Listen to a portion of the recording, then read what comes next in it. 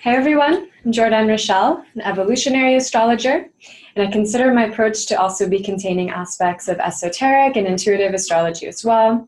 And I apply many facets of psychology and counseling methods and therapies in my work. A lot of my focus is to help people really find the most practical way to apply astrology in their lives and to embody the wisdom contained in each of our charts. So on all levels, mentally, emotionally, physically, and spiritually.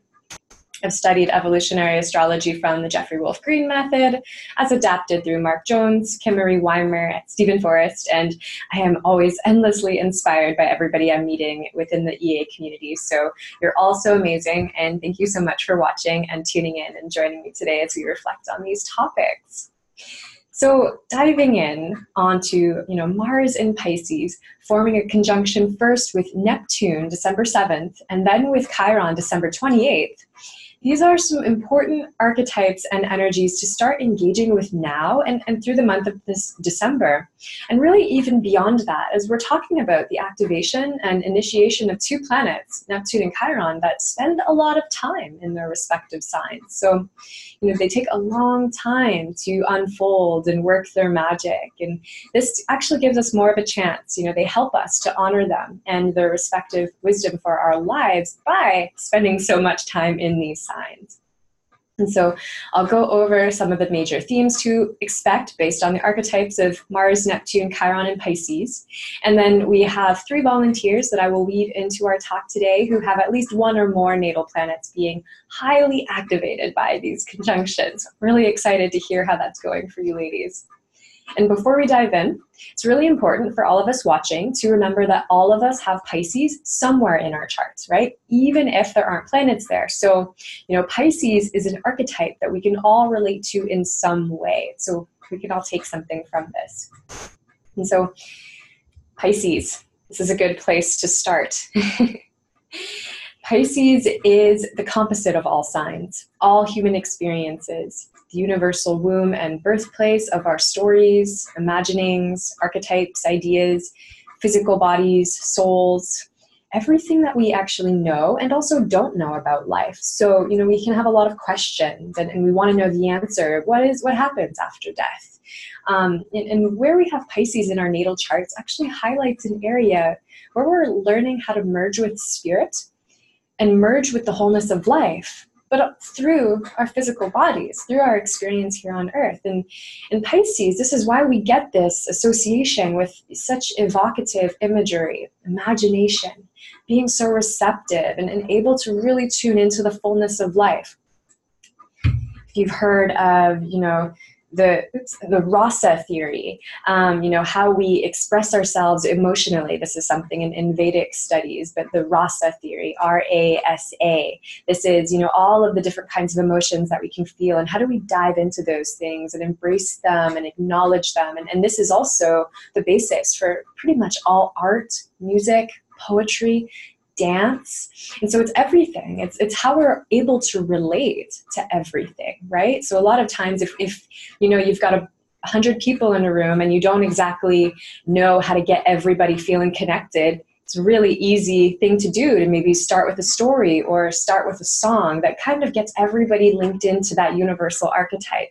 We can all resonate with Pisces in some way. And that's why also Pisces, people who have a lot of strong Pisces are often very easily relatable and can kind of get along with everybody.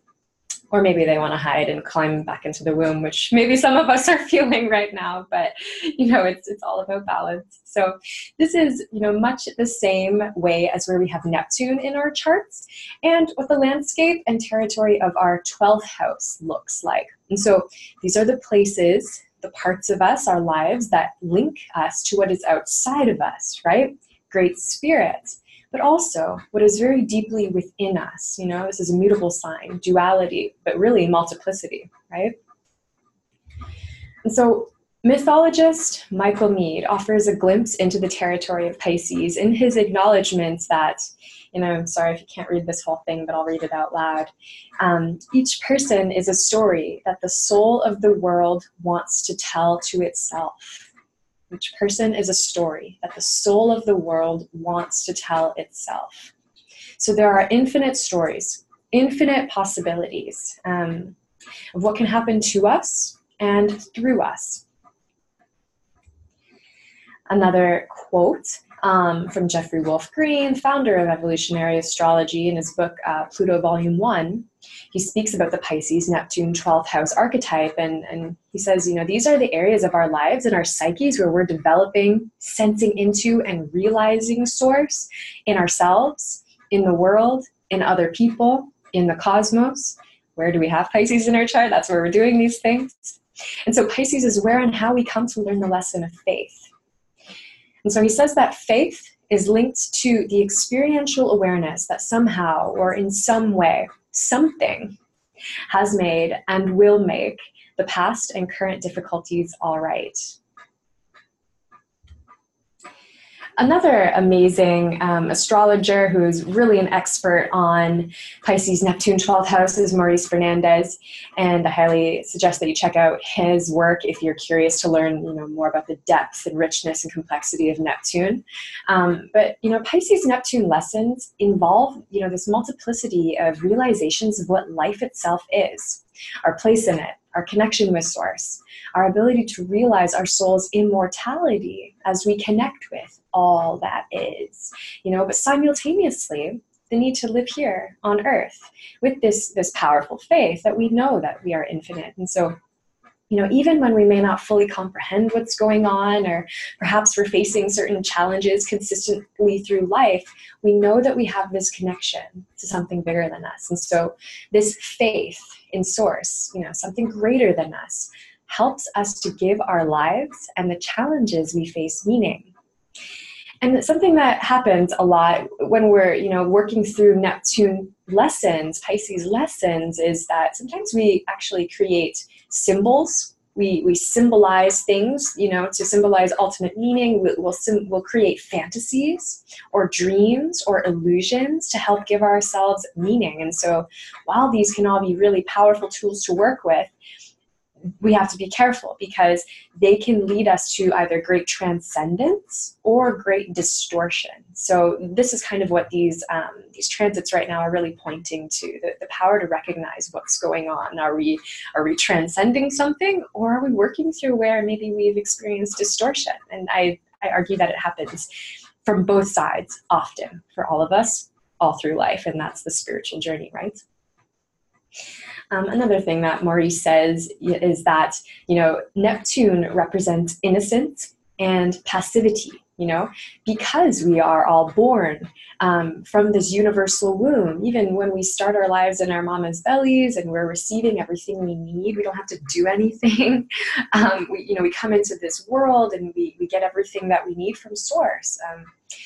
And the tricky part is that sometimes we take this for granted, right? We can easily become confused or mystified, you know, during strong Neptune transits, maybe where we are taking things for granted, but we didn't even realize that we were. It's kind of like the fish swimming in the water. He doesn't even know what water is because that's just his life. That's just his experience. And so when he's scooped out, or maybe a better analogy would be he's swimming through the ocean. Okay, now, so he's scooped out of the ocean. Now he's placed into a bowl. He's like, what on earth is going on? He's having like an existential crisis.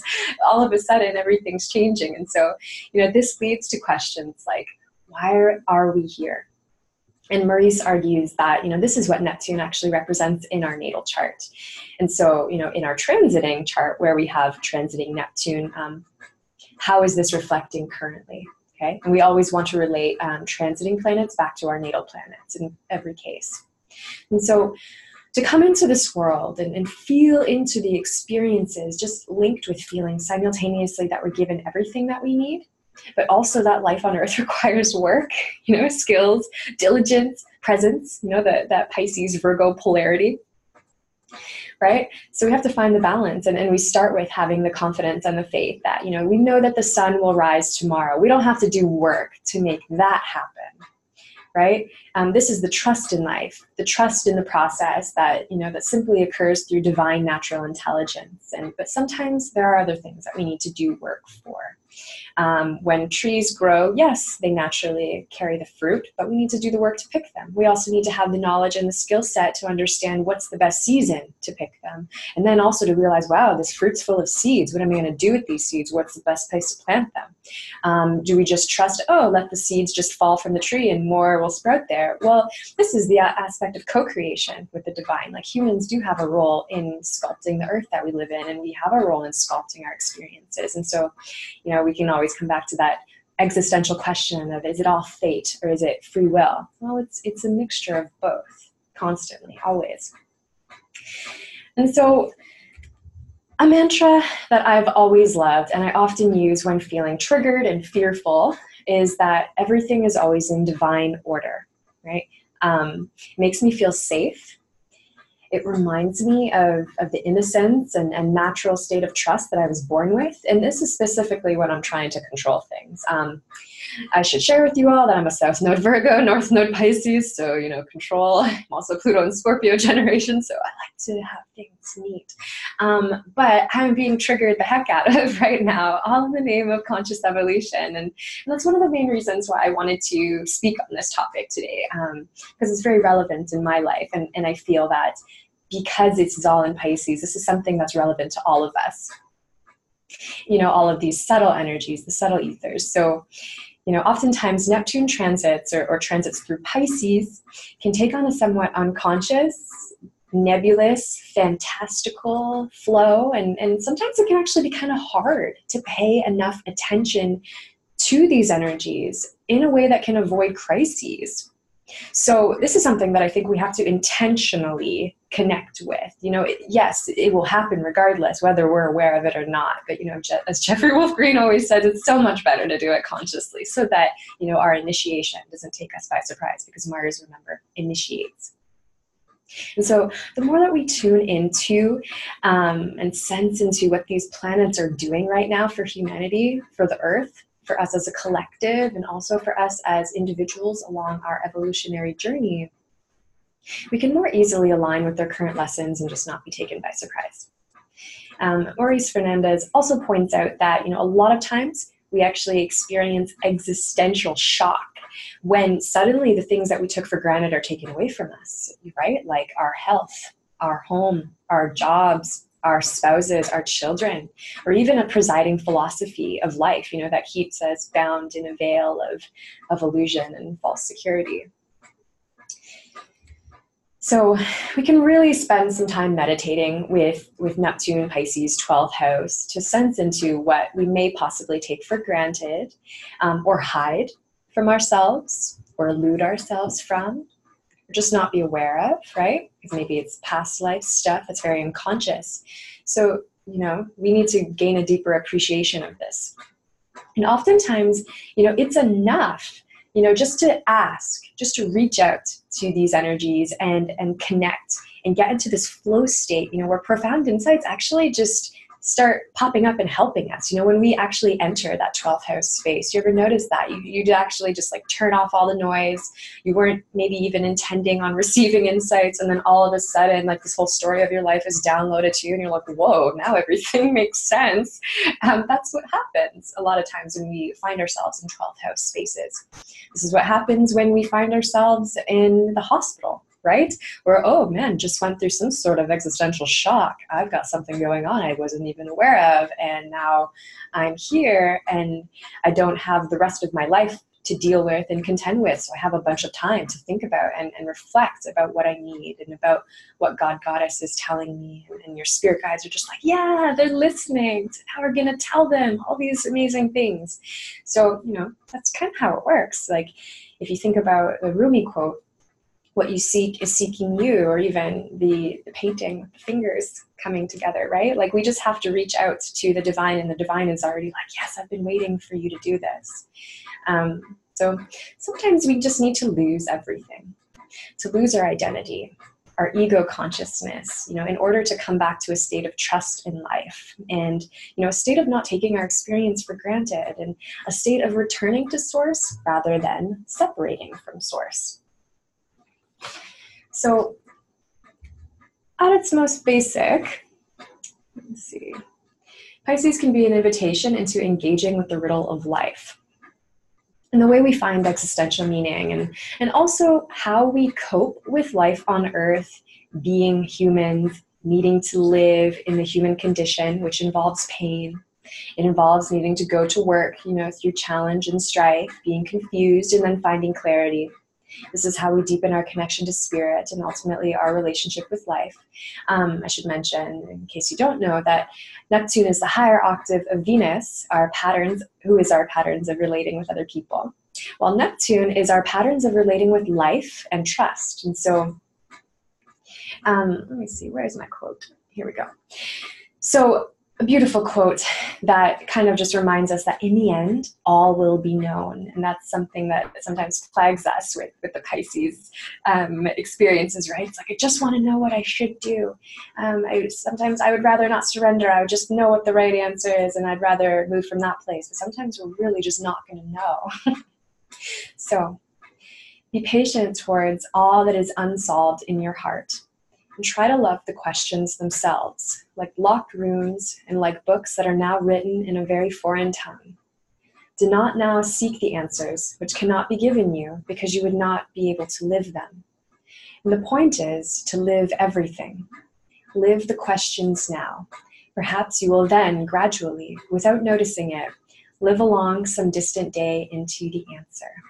And so I think that's really beautiful. And I feel like that's a lot of the insights that come. You're not usually even expecting them. It's just what naturally evolves through Pisces, Neptune, 12th house experiences. Maybe I want to go here. Okay. So, no, this way. Okay. So looking at how we can connect with all cultures, all people across time and space, because that's Pisces, right? Transcending cultural boundaries.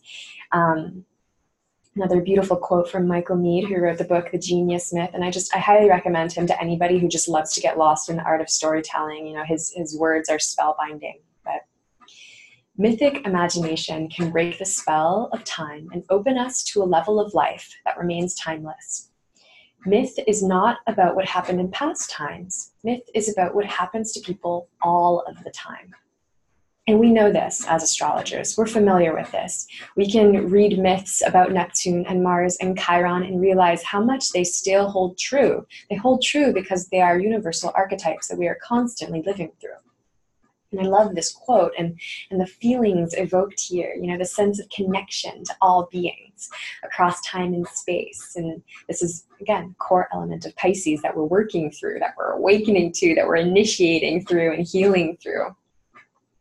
So what do we do when Mars enters Pisces? First of all, Mars does not love to be in Pisces. And Mars also does not love to surrender, naturally.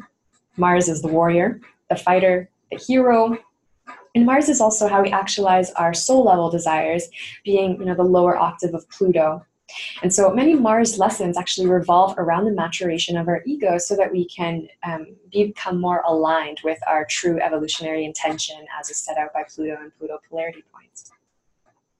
And so when Mars is being asked to surrender in the realm of Pisces and then coming to an even deeper point of surrender when he meets Neptune, we are really looking at a time of profound emotional shifts, spiritual shifts.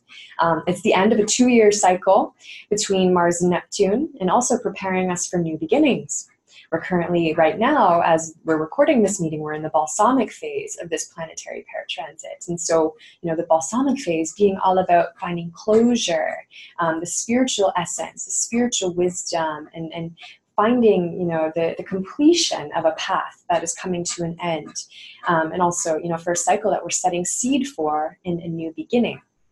If we think about certain things that maybe happened to us 2 years ago when Mars came together in Pisces with Neptune, because Neptune's been there since 2011, right? So we've done this a couple times before.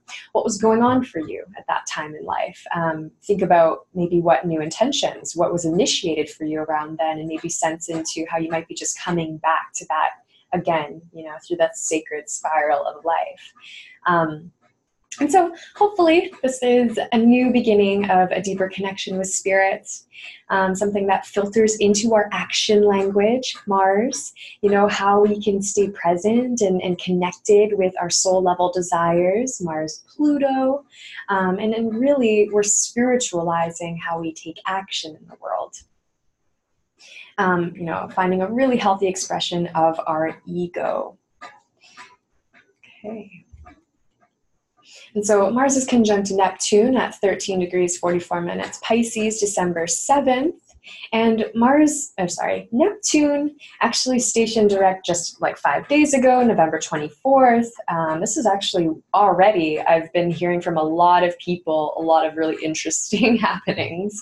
Like for example, my in-laws' house randomly had a pipe burst. Oh, pipes and bursting and water and flooding in their house, all these Neptune Mars kinds of situations. And it was something that totally snuck up on them. So watch out for those things in your life. You know, kind of check and double check everything too, because we're in Mercury retrograde. But so Mars, since he's the first planet to conjunct Neptune in Neptune's post-retrograde shadow, you know, this is really bringing in a strong activation of all that we have been exploring in the depths of Neptune. You know, the fog, the disillusionment throughout his 5-month retrograde period since June. And so we also have to remember that always the faster moving planets, in this case Mars, they surrender to the slower moving planets. And so you know, Mars is going to inevitably surrender to Neptune. Anywhere where our egos are confused, any illusions that we have about ourselves, anything that we're unsure about our actual state of consciousness, right? Because Neptune also rules unconsciousness. You know, what is our engagement with our spiritual path? How are we physically, Mars, taking action on our desires? And how are we trusting our path and our process, or not trusting it? And so all of this is emerging front and center right now, just to come to a state of closure and set seed on our spiritual journey. You can also say that this is a time of initiation, both in terms of the collective patterns we're facing and working through, and individually. And so, of course, if you think about what's going on with the border issues and just the strife around all of that, the sadness, the pain, the political discord, the collective cognitive dissonance that a lot of us are feeling about it, you know, maybe we're feeling a little bit unsure of how to make a change, or you know, how to take up a cause that is really, really aligned with us and our truth, and how can we actually be of service? How can we help? You know, when we actually feel like maybe we can't help, maybe there's not that much we can do. Mars does not want to feel like that, and neither do our egos. We don't want to feel like we're impotent in any situation, right? And so, you know, this can actually lead us to finding and taking up a cause that's in service to the greater whole. It can also lead to existential crisis, where we may not be sure of who to turn to for help, or where service is needed. And so we can feel a loss of egocentric control as we surrender to Neptune. You know, when we enter the realm of Neptune, we can feel like we're really lacking in inner self-sufficiency. You know, we want to crawl back into the womb, but we know it doesn't work that way. So then we have frustration, right? So we cry out for a hero, we cry out for a savior, right? Pisces. You know, this is where Mars and Neptune can get a little funky with each other. The Mars type of hero, naturally, if in Aries, for example, wants to overcome the struggle on behalf of humanity, and hopes to live and fight to the death, and wants to be glorified. But even if they die with honor. But a more Piscean version of this could be the martyr, the one who actually doesn't mind if they die, because, you know, everything's won anyway, and maybe they also seek escape from this world. And so these are just some interesting things to think about. You know, either way, we can find ourselves clinging to certain fantasies about the hero we need to save us, or maybe we find a way to become our own hero. And so these are just some potential manifestations linked with this planetary pair. And so at its most basic, you can really think about Mars conjuncting Neptune as an initiatory rite of passage, into a deepening of our spiritual lessons and growth and hopefully wisdom.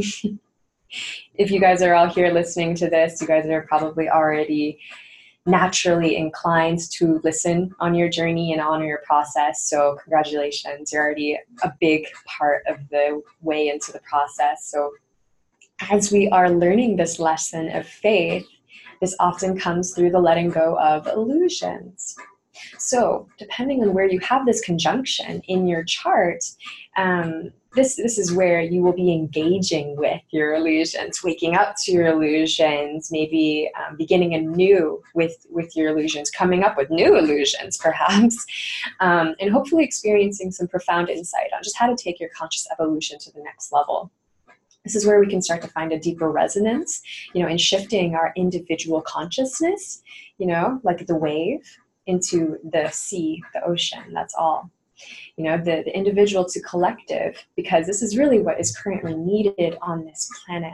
That's why we have, Chiron coming back into Pisces a little bit from his retrograde, and then we're going to be able to bring that energy back when Chiron stations direct into Aries. And so a reminder that while we do have to focus on ourselves, we are also so inextricably linked, and the planet is really crying out for us to understand that.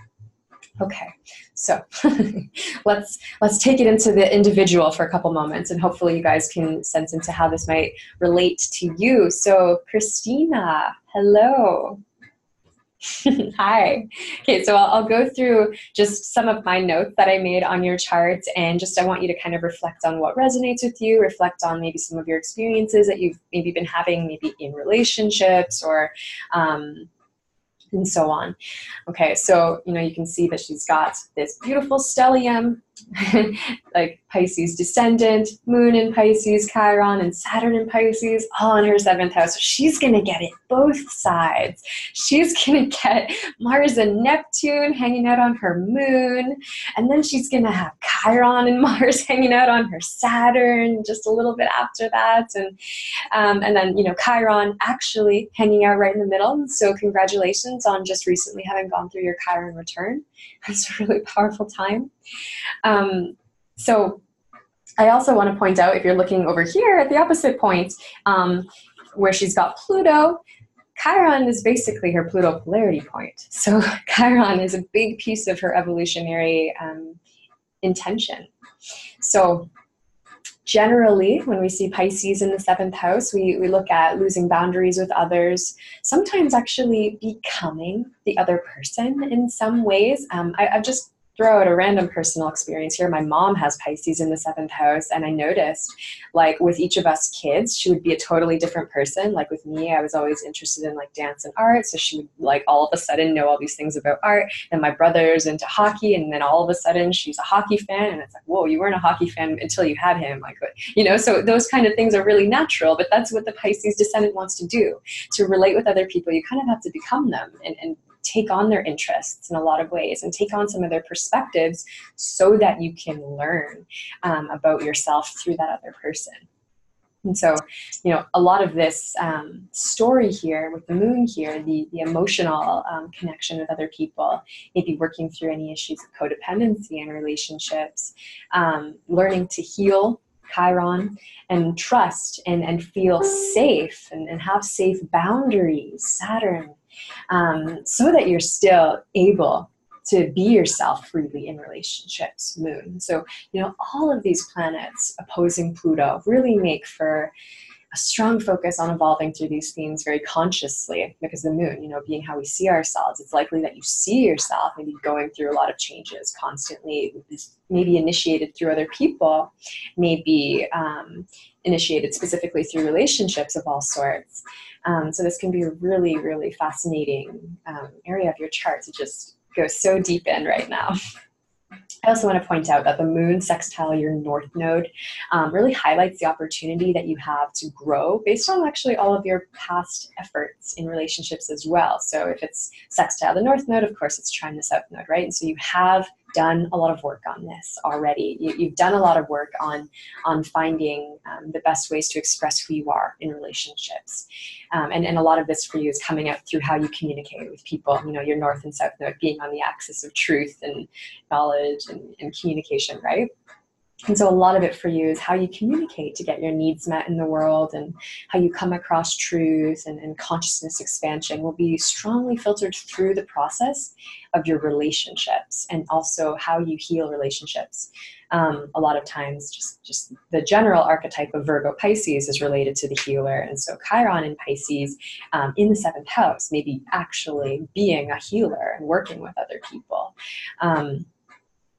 And Neptune's been here in your 7th house already for the past 7 years, since he entered Pisces in 2011.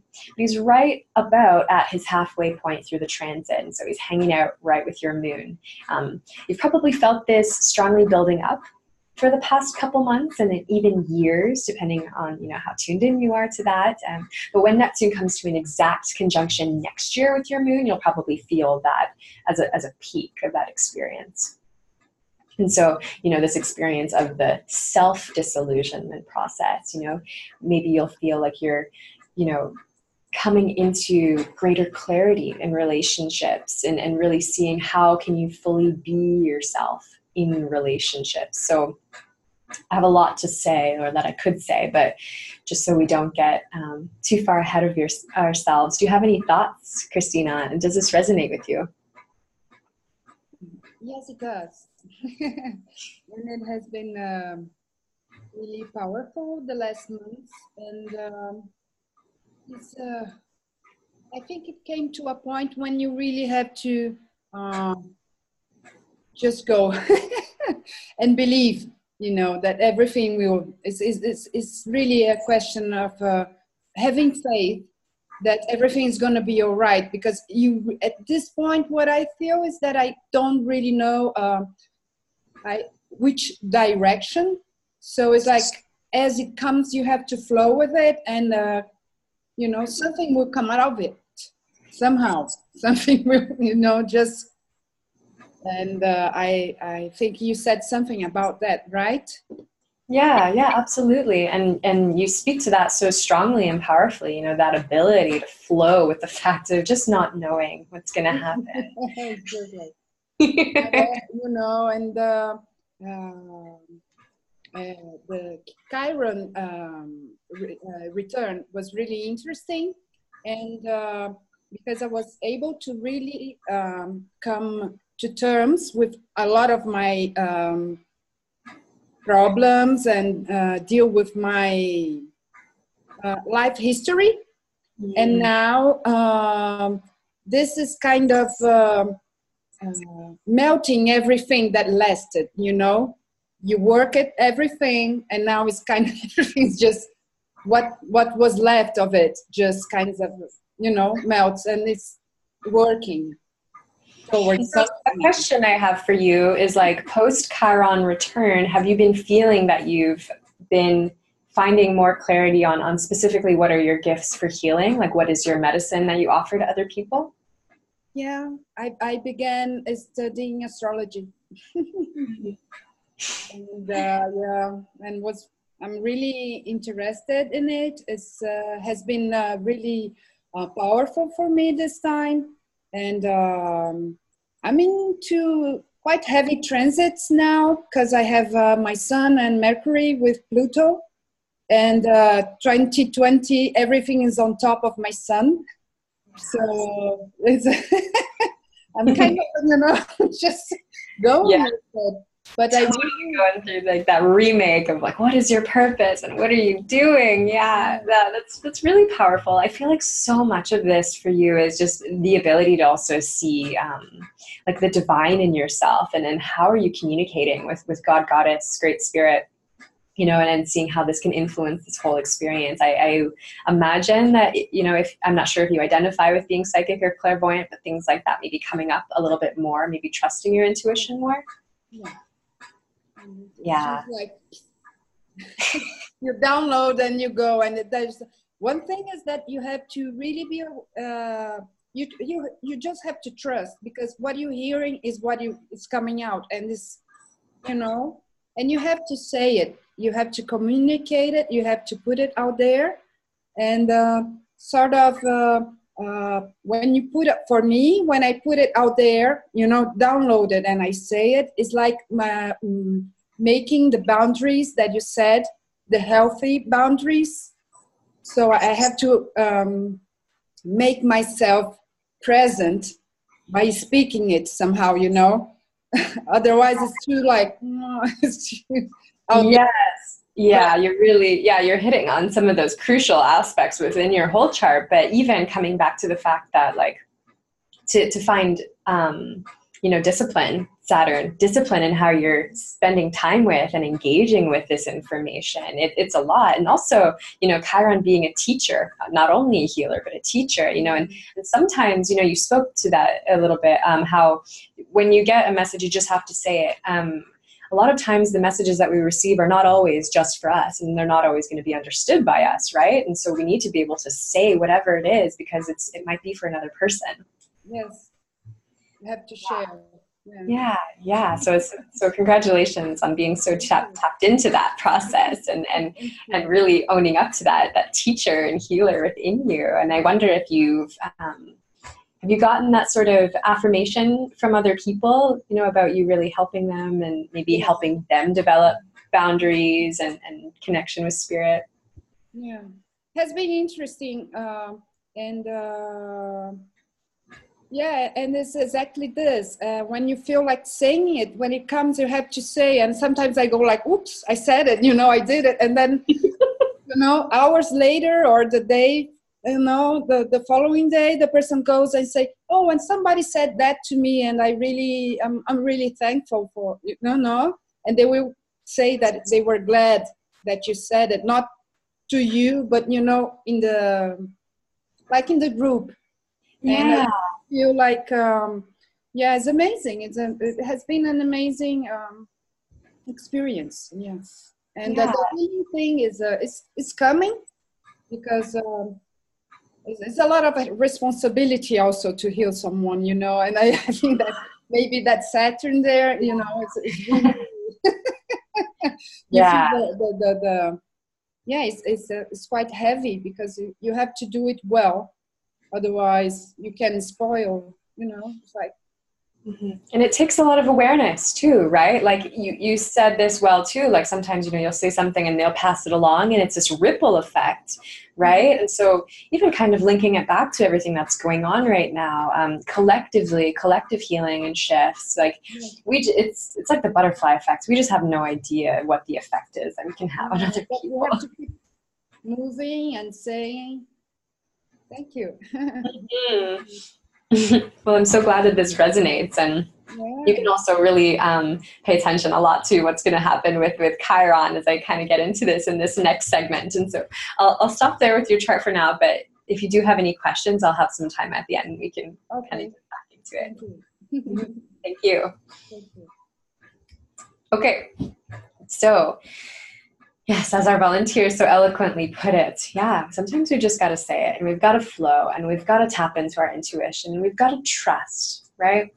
We've got to be able to communicate. You know, mutable signs are about communication, right? They're about our ability to adapt to the fact that life is always changing, and that sometimes we just have no idea what's going on. And so, you know, as we kind of move through, you know, Mars conjunct Chiron, this happening December 28th, right before New Year's, that we celebrate in our Western culture, you know, right when we're already very commonly setting seeds for new intentions for the year. I love when things line up like this. This is going to be a powerful time to really connect with our spiritual healing initiation specifically. And so Chiron also he's still retrograde at the time of recording this meeting, but he stations direct just weeks before this conjunction, December 8th. And Mars is the second planet after only the moon, which is December 15th. So hang out and watch out for that. So Mars is the second planet that will contact Chiron post-retrograde period, and really bringing the themes of Chiron retrograde into fruition and activation with this Martian energy. And so, you know, Chiron having went retrograde in July, He'll also be in his retrograde shadow until February 2019. So a lot of these things that are coming to the surface right now, we have some time to deal with it. We've been dealing with them and working through them for a while now. And so, we'll get some extra doses of the medicine that we need from now until then. So just pay attention to where that might be coming to you and who it might be coming through as well. And so, Mars linking up with Chiron right after linking up with Neptune, I think this is really important to understand that we never look at any one aspect in isolation, right? Like the fact that Mars hung out with Neptune and gathered all this spiritual service information from Neptune, he's going to take that to his next conversation with Chiron, and that's how it works, right? So we want to pay attention to which planets are transiting which planets first, because they're taking a little bit as they go. There's like a reception, a sharing, a merging that happens, and so we're never the same after every person that we meet. It's just like that too. And so again, the things that one person tells us and shares with us and downloads, that might be fodder for something that we share and experience with the next person in line. So think about that as we link the Neptune together with the Chiron. So on a lot of levels, this might mean continuing the lessons of spiritual disillusionment. Okay. And so this can feel like a strong building up of energy, kind of leading us into the end of the year. And while we are considering the new patterns that we want to set for ourselves, we want to be thinking about how to connect with our healing, with our wounds. We want to consciously connect with the energy of Chiron as a planet, as an archetype, who's fully part of our human experience. So Chiron, is a wounded healer, but he's ultimately a teacher, and he helps make a bridge, like a rainbow bridge, like Arvahan Cloud mentions, it's a rainbow bridge between our experiences and our healing journey. Our unconscious and our conscious mind. Chiron can help us make sense of our unconscious patterns as he brings them to the surface, and sometimes it is often painful, that process of bringing them to the surface, right? Whether this manifests physically, whether it manifests as something going on in relationships, but you're like, yeah, this must have been brewing for a while. And those things don't just happen unless there's Uranus involved. But even then, there's some underlying factors here. Okay, so with Mars hanging out, the initiator, who's also like on a savior kick right now, this can happen through quite intense experiences that bring our attention and our vital energy and focus to the part of our life that really needs healing. And so as individuals, again, we want to look at where Chiron is moving through our charts, what planets is he activating, by square and opposition, but even by trine and sextile, and all of the other minor aspects as well. And collectively, if we're just paying attention to the archetype of Pisces, the transcending of cultural boundaries, this is a very strong time of feeling into the pain and despair of all of humanity. The Me Too movement, right? The he for she movements, the stuff going on with immigration, borders, children being separated from their families, killing, wars going on that, we might not even fully be talking about in the news, but they're still happening. There's a lot going on. There's plastic in the oceans. There's collapse of certain marine life and food chain that's rippling through the system. And when we eat that, so we eat like contaminated food. And so it's affecting the population as a whole, the entire earth. It's Pisces, right? And so all of this suffering, all of this strife, all of the anger too, because Mars is going to bring up some of that anger, because this is what tends to happen where we're like, wow, there's so much going on. There's so much like almost chaos and irrationality and things that we don't know. We can be angry maybe at the injustices, right? So all of it is coming to a head. And I think it'll just be very interesting to observe what happens with some of the big political and social movements going on. And, how do we find a lot of collective healing that way? And so just paying attention and also, maybe finding where we can, create ease in this experience. This kind of reminds me a little bit of Yoda. I'm not sure why, but basically, oh no, maybe not Yoda, Buddha. but very similar archetypes, very wise information, you know, that we can have pain, but we don't necessarily need to have suffering. So while there's a lot of stuff going on that we can't control, we can still find a point of resonance and peace within it, peace within the storm. Let's find some water for a moment. This is a very important time to stay very hydrated and also watch what's going on with the fluids in our bodies. And so a quote from Liz Green. She says that unhappy experiences, although perhaps triggered by individuals, hint at a larger collective wound which, by its nature, is not curable in the course of one lifetime. Chiron reflects back to us the flawed and unfair nature of life, without the relief of any means of undoing what has been done to our own bodies and souls. When we experience Chiron, we face that which cannot be healed. We can only attempt to acquire a philosophical attitude which allows us to learn from the pain. So that philosophical attitude that allows us to learn from the pain. For Chiron's wounds are the product of generations of human blindness and can leave us feeling irrevocably scarred.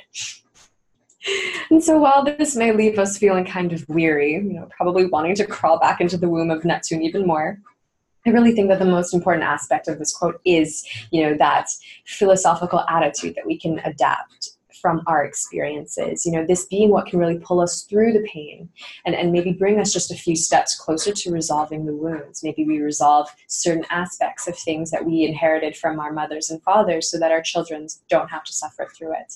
And so even though it's argued that Chiron wounds cannot be healed, you know, even though that might be true in a way, you know, we can learn to embrace our healing journey in a way that brings deeper wisdom and appreciation for life. And understand also that what we are healing and clearing for ourselves, we are also healing and clearing for humanity. And so if you think about it from that space, it kind of, that's a philosophy, an outlook that you can adapt that maybe makes things feel a little bit more aligned, like there's meaning behind it, because we are doing this for the whole. So, you know, when we heal our patterns with anger, we heal a certain element of patterns of anger for all of humanity. When we heal patterns of loving our bodies or not loving our bodies, we heal a portion of that for all of humanity.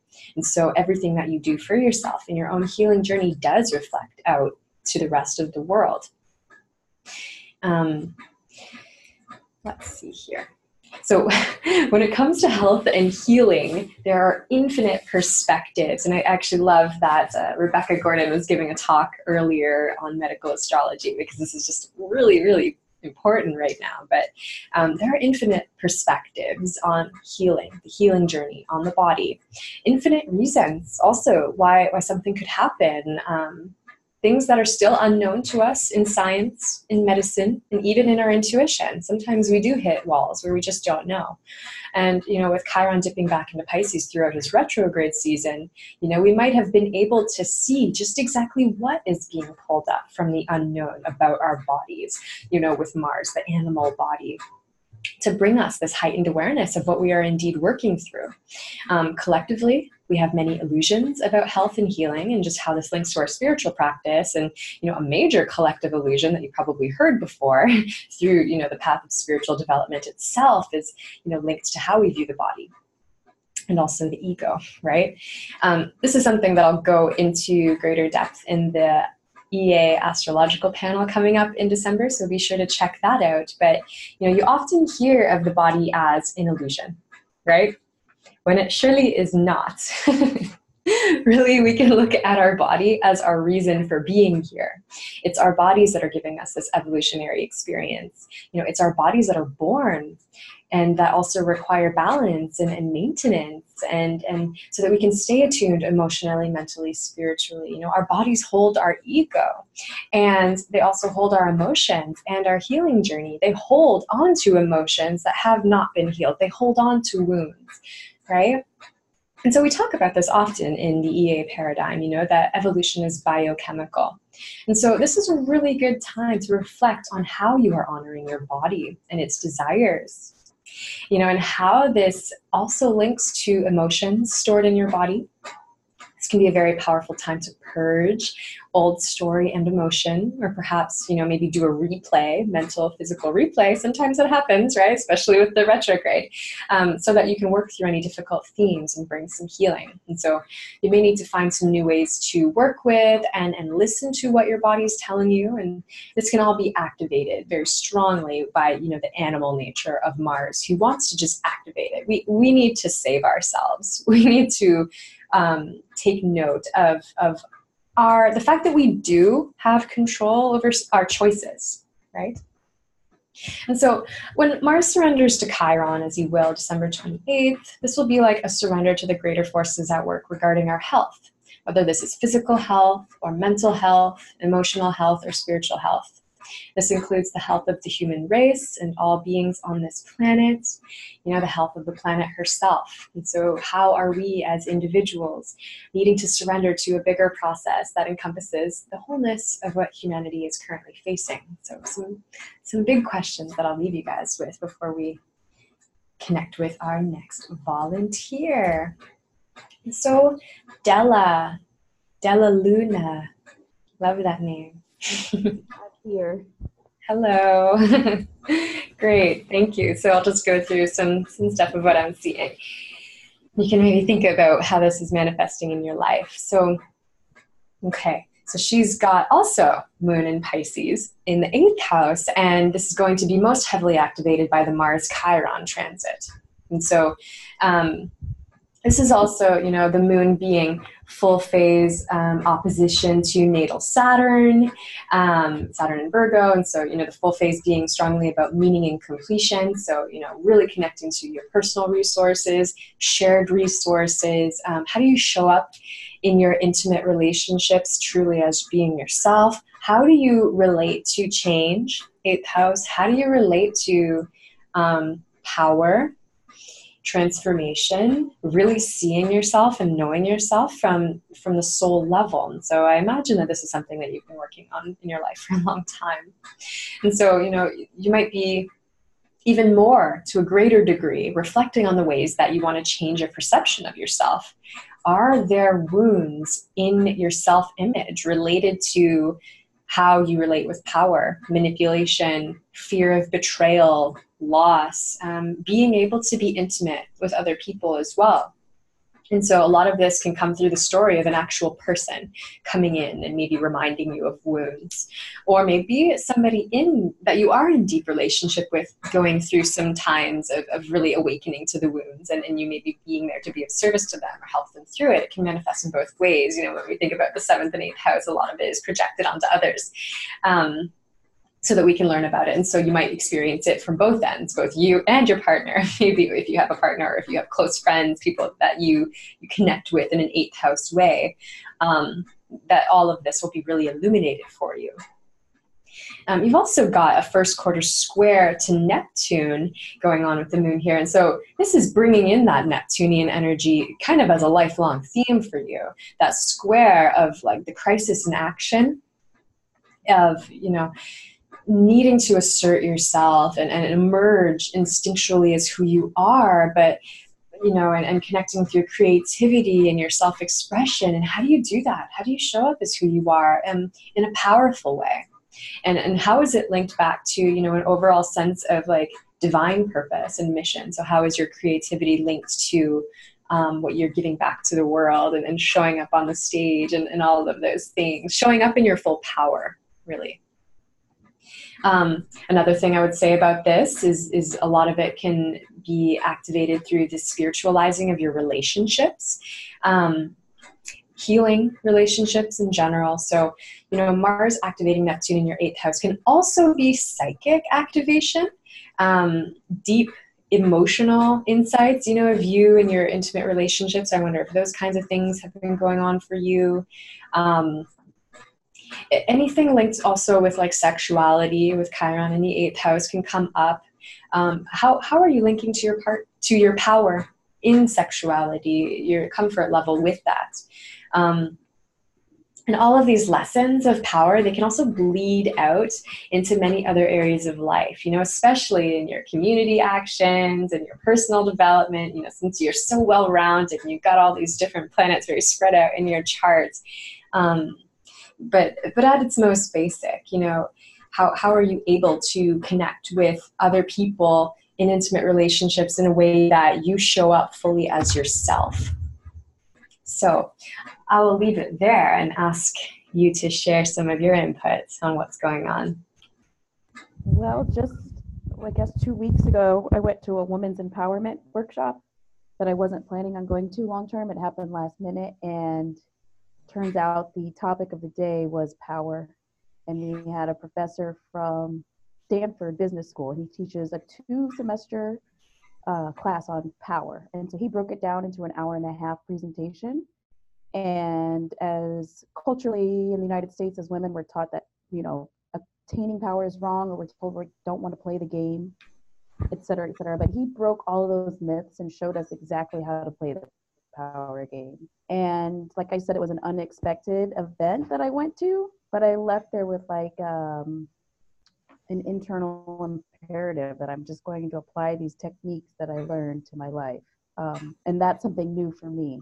I'd never considered actually engaging in power games, but now I have a full strategy. I love that.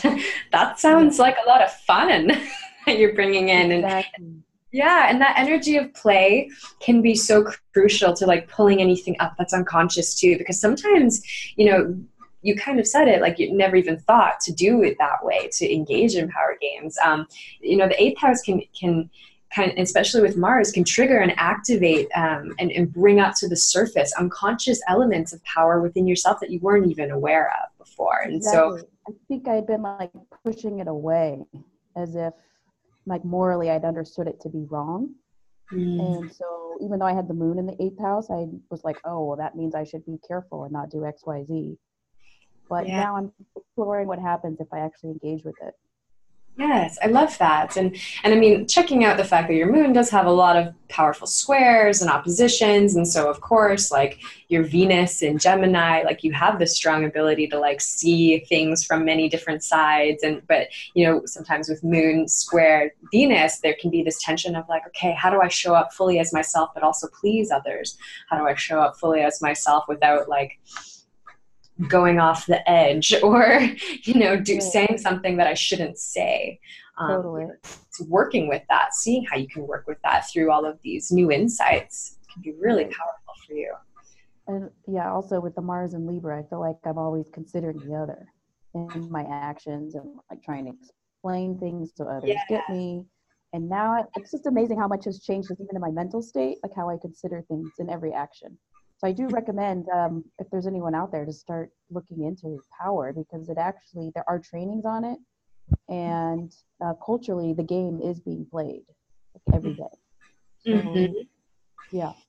Oh, I love that. I thank you so much for sharing that, because yeah, that's the thing. Like and again, coming back to Pisces, all of our messages and all of our stories as individuals meshing and merging with what's going on collectively. All the things that you are learning about and experiencing are so important for the collective.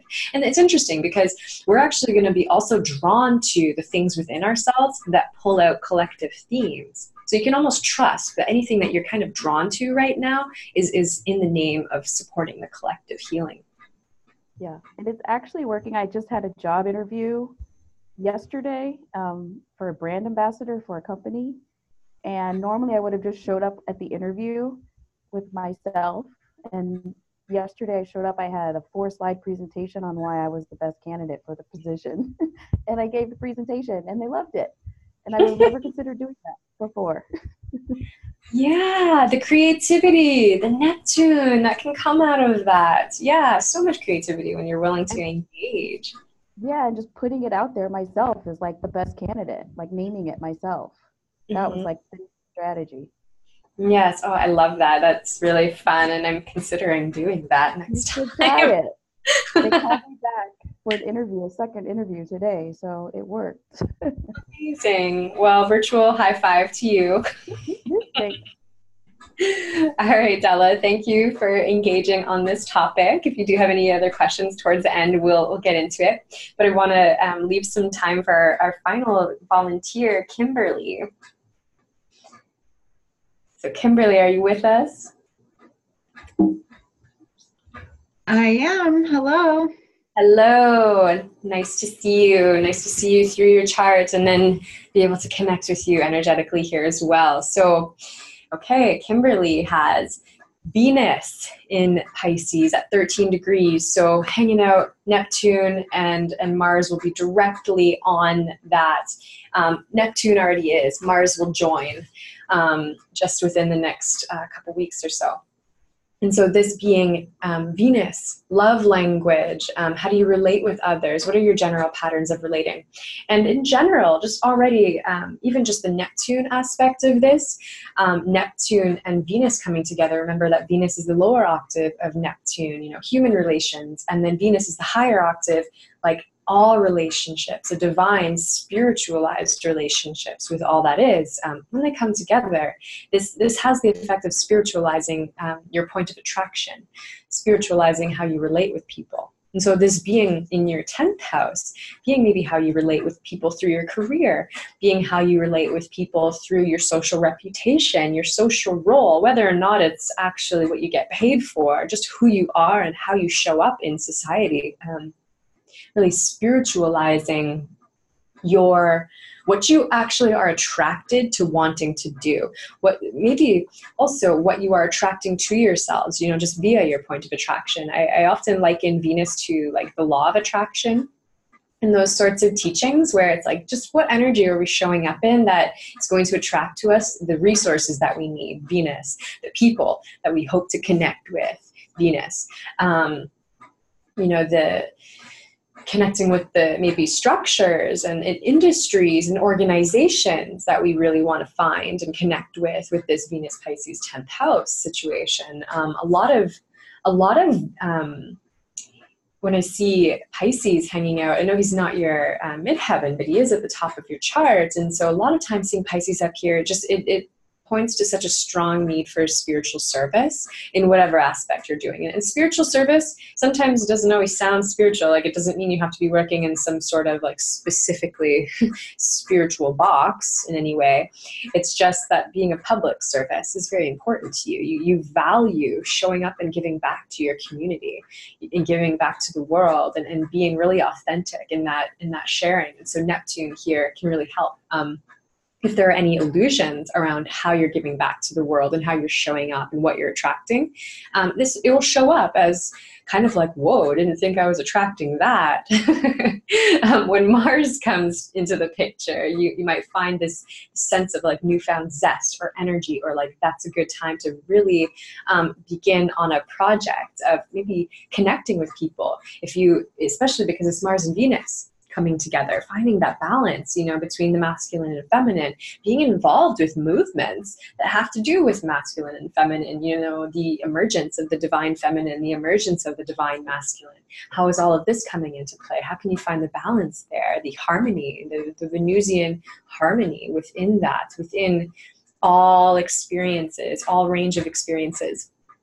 And I really think that this energy is important in general, especially given the fact that we've just had, you know, the nodal shift. You know, now we have North Node Cancer, South Node Capricorn, where a lot of people might be going through gender shifts. A lot of people are kind of learning how to become a little bit more comfortable with expressing who they are authentically. And you having that Venus in Pisces, you're kind of like a magnet for people who need support through these times. So to kind of prepare for that, I wonder if any of this is resonating with you.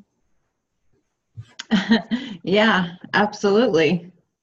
Yeah, definitely. I like what you said about the relationships on the human level and on the greater level, because yeah, that is very much what it feels like. I do, I'm a consultant, like psychic tarot reader, and I've noticed a shift in,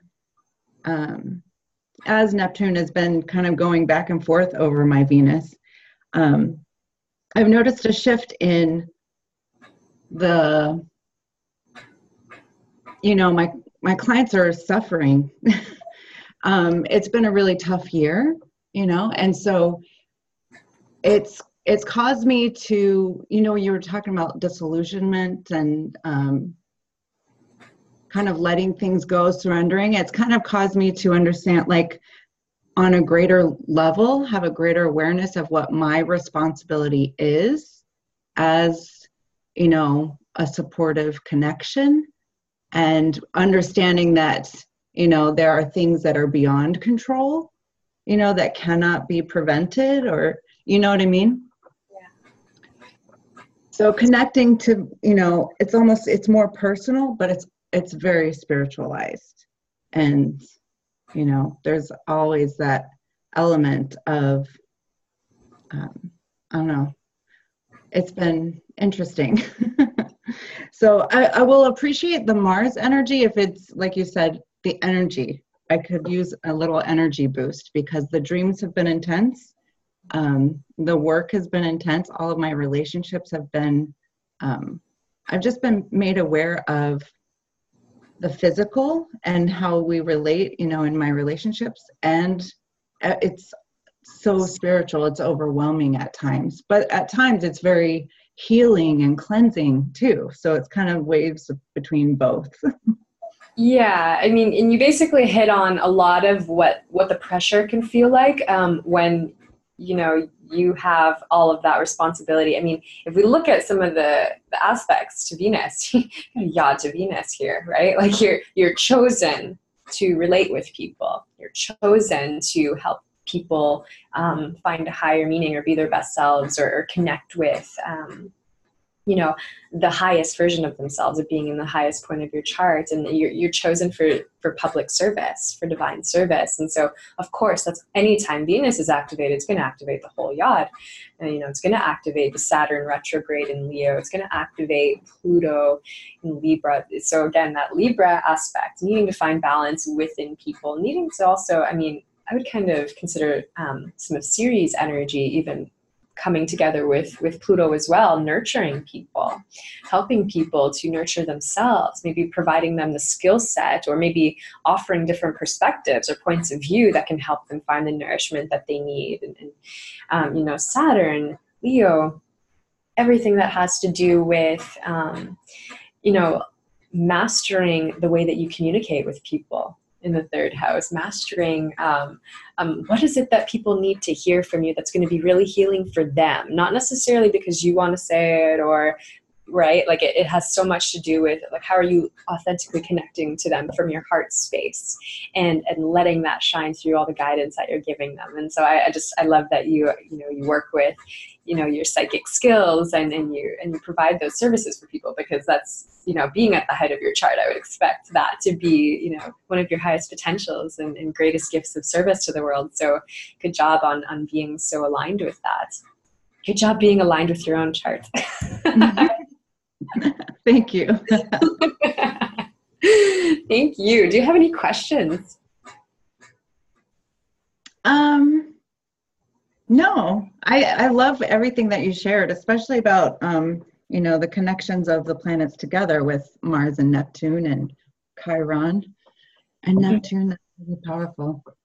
Yeah, so something like a homework for really everybody that I suggest is to look also at, you know, your natal Mars, natal Chiron, natal Neptune, right? And so this is going to kind of give you the extra understanding of you know, what themes are going to be activated, because we always want to come back to the natal planets too, in terms of understanding the current transits. And so, you know, for you, looking at the fact that you've got Mars in the 8th house, this is also, you know, the fact that Mars is initiating and engaging over here in your career and your work with people. This is going to come back to kind of your own power, your own energy, your own transformational process as well. You know, thinking about the fact that you do have Chiron conjunct the South Node in your 11th house, like you might be pulling in a lot of people from the past that maybe you've healed before, maybe you've wounded before, maybe they've wounded you, all of these different kinds of things, and seeing how that might be activated through some of these transits, and, you know, pulling in old skills, pulling in old story, and all of those kinds of things. And, you know, you know, the Neptune in Sagittarius, like, how are you, you know, able to connect with the truth of other people, and also help people to illuminate their own truth, and let that kind of be like a maieutic, kind of like a doula, that birth process. It's like, I'm not going to tell you your truth, but I'm going to help you pull that truth out for you. So all of these things kind of coming back and aligning. And so that can be a really powerful practice for all of us to kind of pinpoint, okay, like, where do we have everything going on in our charts, and how does it relate to what's happening now? So thanks so much, Kimberly, for sharing your time and your chart with us. Okay, and this leads me to my final points, and I'm going to wrap this up just after this. And so really, our highest ways to work with these energies, you know, we have a lot of transformation, a lot of potent, powerful healing initiation going on right now, to kind of go back to the basics, to honor the gods, goddesses, to honor the divine within ourselves, within life, within the world, and, you know, reach out to Mars, Neptune, and Chiron directly. You know, to ask for how to work through these energies in the highest way. Sometimes this can be done really simply through writing. It's Mercury retrograde, so it's a great time for that. You know, just ask, like, hey, dear Mars, write it like you're writing a person, a letter. Dear Mars, how can I connect with you right now? What is it that you want to show me that can help me honor you within me, right? Because a lot of times what happens when certain things, like crises or out of control scenarios happen, it's because we might not be fully honoring that archetype within us, or, you know, maybe not fully aware of how we could honor it even more. Maybe we are doing our best, but we can always grow and always improve, as is the essence and nature of life, right? So, you know, getting into these practices of reaching out and making direct connection with the planets as gods, goddesses, as deities, as archetypal energies, whatever terminology you're comfortable with using, it can be really helpful. You can also find different ways to act it out. You know, if you're into like drama therapy and things like that, art therapy, write about it, paint about it, speak about it, and invite it in. You know, it's always okay to talk about these things, and it doesn't mean that you have to necessarily feel the pain even of past experiences, but by acknowledging them, bringing their energy into the present moment, and then like healing it and grounding it. This can be a major way to work through these energies from the highest consciousness possible. Really study these points in your own charts. Be very intentional with your questions and your reflection time, and really importantly, be patient with yourself and with your body, and also with the collective processes, because it takes time to heal. And really, time heals all wounds. It's a cliche saying for a reason, because it's true. You know, maybe with Chiron we can say it's not always immediately, as maybe Mars would like it to be, but it will happen, and we just have to have trust and faith in the process. So yeah, it's about honoring our evolutionary process. So that's it for me. Any thoughts or questions or comments from anybody who's with us?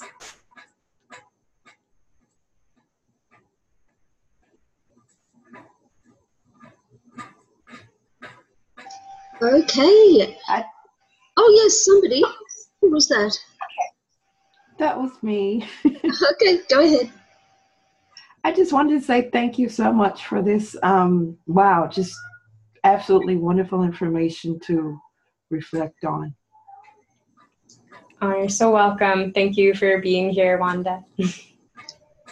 Okay, well, thank you, Jordenne Rachelle. Would you all please thank Jordenne, everyone, and see you next time. Thank you. Thanks, Jordenne. Thank you. Thank you so much. My pleasure. Bye. Blessings. Thank you also to the volunteers. Thanks. Yes, thank you, volunteers. Amazing.